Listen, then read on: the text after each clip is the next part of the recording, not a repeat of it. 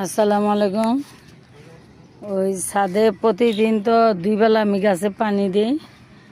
আর এই ঈদের আগে দেওয়া গাছটা লাগাইছি, তো লুইবাগুলো ধরছে। তো আপনাদের দেখাইতেছি, এখন খেয়ে ফেললে যাত্রা চলে যাবে আর দুইটা কিছু হবে না।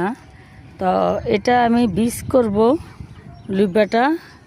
এটা একটু আরও 2 দিন হলে পাকবো। তো এটা আমি চারা করে আবার বুনবো, আরও যাতে অনেকগুলো ধরে।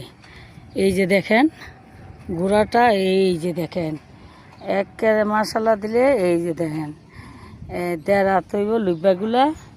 এই যে দেখেন, এই যে আসলে যে কত কষ্ট ভাইয়া বোনেরা আমি সবসময় জানি। এই যে প্রতিদিন আসরের টাইমে এই ছাদে থাকি, সন্ধ্যায় ঘরে যাই, ছাদ বাগানে বসে থাকি। তো এই লুব্বাগুলা আপনারা নিশ্চয়ই দেখতে পাচ্ছেন ভালো জাতের। তো এই জন্য ধরেন একটু লুডুস রান্না করলাম, একটা দুইটা নিয়ে গেলাম, কিন্তু প্রথম বীজ করব, লাগাবো।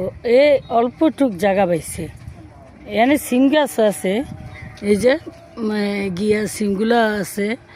তো আমি মানে খাই, সাথে সাথে যে বুনে দিই। তো এটাও ঠিক এরকম সেম, খাবো আবার বুনে দিব। তো এইভাবে আমি গাছটি বেশি করে বাড়াবো। আর কিনা বিচি দেখা যাইতেছে যে কিছু খারাপ যাইতে পারে, কিছু ভালো যাইতে পারে, তাই আপনাদেরকে দেখাইলাম। আমার জন্য দোয়া করেন, আমি এভাবে যাতে সবসময় কাজ করতে পারি আর যত্ন নিতে পারি।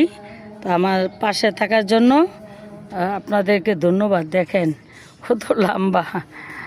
তো যাক, ধন্যবাদ আপনাদের সবাইকে, ভাই আর বোনেদেরকে। এরকম গাছ লাগান, টাটকা টাটকা জিনিস খান গাছের থেকে, খুব একটা আনন্দ অন্যরকম। আপনাদের সবসময় একটা নতুন করে কিছু দিব, দেখবেন যাতে সবাই গাছ লাগায় উৎসাহিত হয়। এই জন্য আপনাদের দেখালাম। আল্লাহ হাফেজ।